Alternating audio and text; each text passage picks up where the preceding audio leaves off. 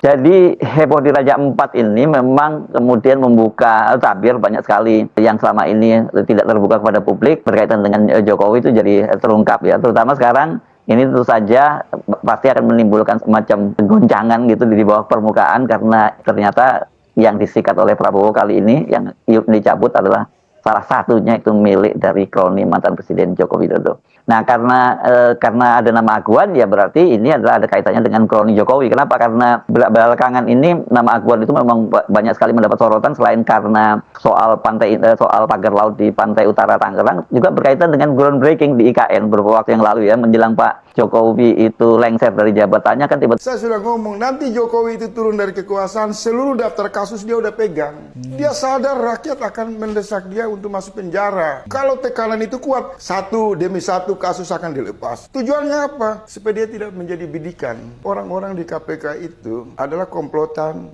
Jokowi. Mereka hasil 30 juta US dollar revisi undang-undang yang didanai oleh Jokowi. KPK minta untuk adili Jokowi. Saya mau lihat anak-anak muda itu panjat gedung KPK.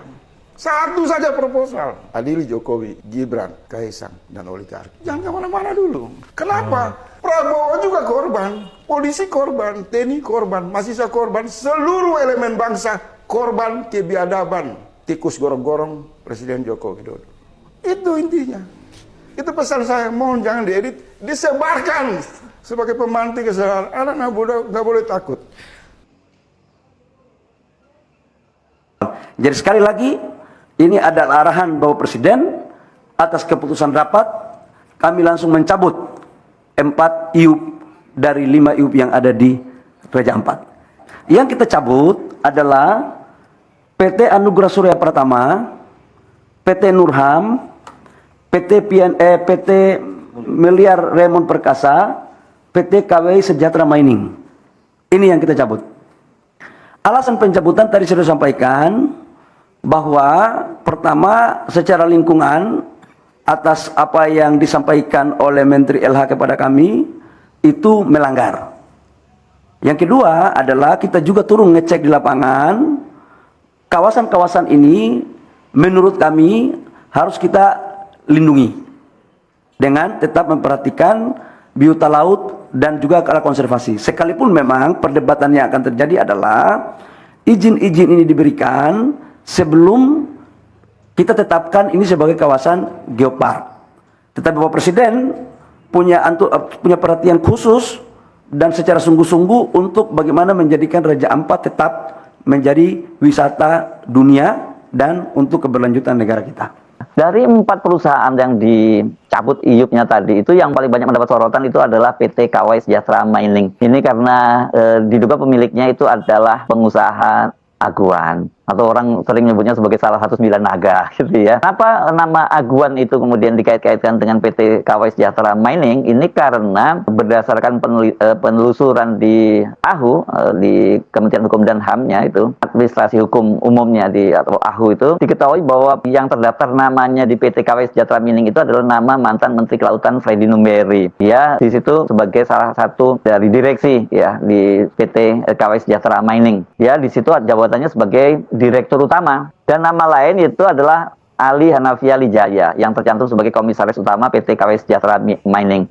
Dan nama terakhir ini kan disebut-sebut merupakan tangan kanan Taipan Sugianto Kusuma alias Aguan, pemilik Agung Sedayu Group. Nah, dari penelusuran di data resmi di AHU Kementerian Hukum dan HAM yang dilakukan oleh Sekretaris Cherry Hengki Suprihadi, pada akta notaris PT KWI Sejahtera Mining tanggal 2 Februari 2021 itu juga muncul nama Nono Sampono sebagai komisaris utama perusahaan itu. Dan nama Nono Sampono ini kan dia adalah mantan komandan marinir yang pernah jadi anggota DPD RI. Ini kan nama dia bersama dengan Ali Hanafia Wijaya tadi, kemudian juga Freddy Numberi itu muncul juga di Pantai Indah Kapuk dan perusahaan dan anak usahanya ini berkaitan dengan ribut-ribut pagar laut di pantai utara Tangerang. Jadi yang nggak salah kalau kemudian yang menduga ini perusahaan ini adalah milik Aguan ini, karena sama di di Pantai Indah Kapuk 2 juga nama-nama ini yang muncul begitu. Nah, karena ada nama Aguan, ya berarti ini adalah ada kaitannya dengan kroni Jokowi. Kenapa? Karena belakangan ini nama Aguan itu memang banyak sekali mendapat sorotan, selain karena soal pagar laut di pantai utara Tangerang, juga berkaitan dengan groundbreaking di IKN beberapa waktu yang lalu ya, menjelang Pak Jokowi itu lengser dari jabatannya, kan tiba-tiba saja kok ada sejumlah pengusaha nasional, konsorsium Nusantara pada waktu itu yang dipimpin oleh Aguan melakukan groundbreaking sejumlah proyek di IKN, dan pada waktu itu Jokowi kembali dia gembar-gembor bahwa ini menunjukkan bahwa IKN itu diminati oleh banyak pengusaha. Buktinya pengusaha nasional mau groundbreaking di situ. Tapi belakangan setelah Jokowi tidak lagi jadi presiden, itu Aguan kepada Tempo menyatakan bahwa dia melakukan groundbreaking itu untuk menyelamatkan muka presiden saja, maksudnya Jokowi. Dan benar saja setelah Jokowi tidak lagi jadi presiden itu, seperti dikatakan oleh Menteri Perumahan Marwarar Sirait, itu groundbreaking itu tidak dilanjutkan. Tapi ini nggak gratis loh. Pada waktu Aguan itu melakukan groundbreaking di sana bersama dengan sejumlah taipan lainnya, itu karena dia bersama dengan grup Sinarmas itu mendapatkan status proyek strategis nasional, proyeknya ya pantai coastline tropical itu ya di dekat Pantai Indah Kapuk 2. Sementara kalau Sinarmas itu mendapat status PSN di Bumi Serpong Damai, BSD. Hanya saja ketika pada bulan Februari yang lalu Prabowo itu menetapkan 77 PSN, nama Pantai Indah Kapuk 2 itu, dan juga ada Rempang Eco City, ini milik pengusaha Tommy Winata, juga ini salah satu patron, ini adalah salah satu ya, Aguan itu adalah patronnya Tommy Winata, itu tidak ada dalam daftar.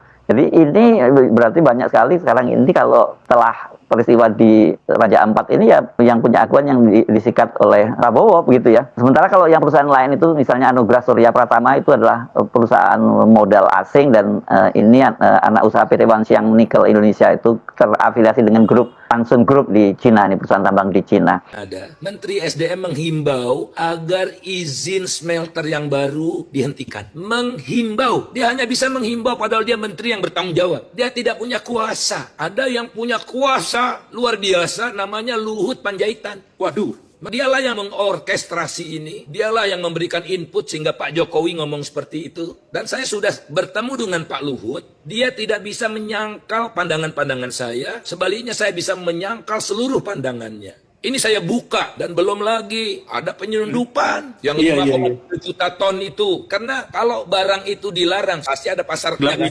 Dan yang menyelundup itu petinggi-petinggi. Erlangga Hartarto misalnya. Waduh, sebut nama Pak. Menantunya Pak Jokowi, Bobi Nasution. Saya sebut nama. Dan nama itu saya dapatkan dari KPK. Bisa dipertanggungjawabkan, memang ada sumbernya, ada dasarnya. Dari KPK. Karena saya juga membantu KPK kan. Ini kan kasus korupsi, kerugian negara ratusan triliun. Cina mengimpor biji nikel dari Indonesia, ada ternyata Indonesia yang tidak melaporkan. Yang Indonesia bilang nol. Nol, karena dilarang kan. Iya, Cina melaporkan ada. Ada 5,3 juta ton selama tahun 2020 sampai 2022. Dan ternyata bukan hanya nikel. Saya baru dipresentasikan oleh tim dari Kejaksaan dan KPK ya, mata rantainya segala macam. Nah, pada titik ini saya nggak mau sebut nama karena masih diinvestigasi. Kelucuan hakiki ya. Gaduh nikel di Raja Ampat. Hasil pelacakan ada kapal bernama JKW dan Irian. Ini juga ada di postingannya narasi. Nah, chapter 3 dari ore ke oligarki. Nah, data-data ini yang kemudian di screenshot tadi. Tentu dari mana-mana jalur yang ada tambang nikel, tongkangnya ya bernama JKW dan Iriana. Lah itu kan nggak boleh dong dipastikan punya. Ya memang kita tidak memastikan. Tapi ini makanya judulnya ini kelucuan hakiki saja. Kalaupun bukan pemiliknya Jokowi dan Iriana, pasti tahu dong. Intel yang menempel ke Jokowi kan luar biasa. Jokowi sudah menyampaikan bahwa saya setiap hari rapat katanya dengan para Intel ya. Dari BIN, dari BAIS dan sebagainya. Masa nggak tahu ada kapal bernama Iriana dan JKW?